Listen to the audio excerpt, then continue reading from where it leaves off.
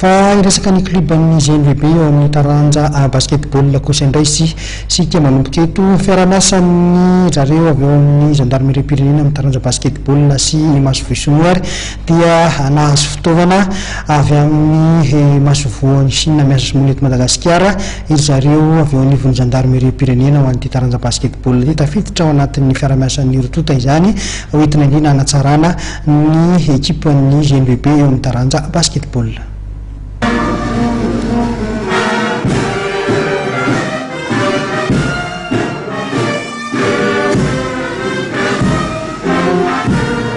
Fiara-miasan'ny gendarmerie nasionaly amin'ireo malala-tanana dia nahazo fitaovana ara-panatanjahantena avy amin'ny zareo sinoa ny taranja basketball eo anivon'ny gendarmerie na ny GNVB.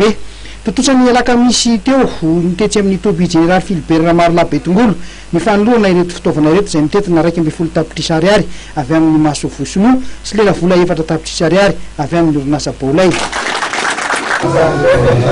Araka ny hitatsika tamin'ny lanonana teo dia ny fitaovana raitra ny fisian'ny filagazy ny ekipan'ny basketball amin'ny gendarmerie no ambassadeur ny Chine eto Madagasikara. Fitaovana raitra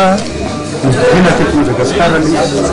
mitentina eo amin'ny 2.0 tapitrisa ariary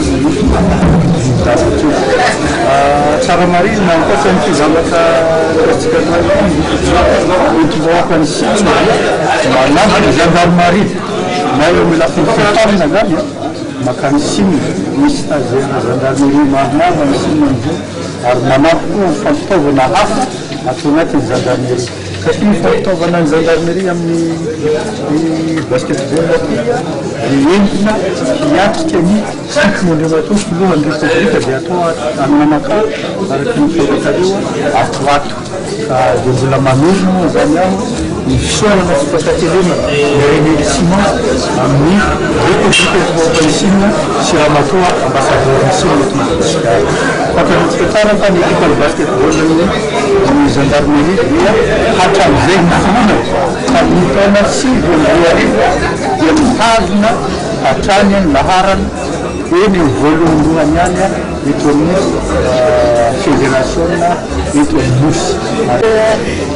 Offrir un don de vêtements sportifs au team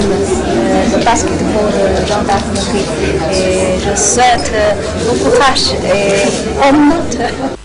Nambaran'ireo mpitantana eo anivon'ny gendarmerie fa tafiditra indrindra amin'ny fanatsarana ny ekipan'izy ireo izao fiara-miasa avy amin'ny malala-tanana izao. Tanjon'ny GNVB amin'ity tompilalaovana ity ny azon'izy ireo vokatra tsara amin'ny faninanana izay hatrehany.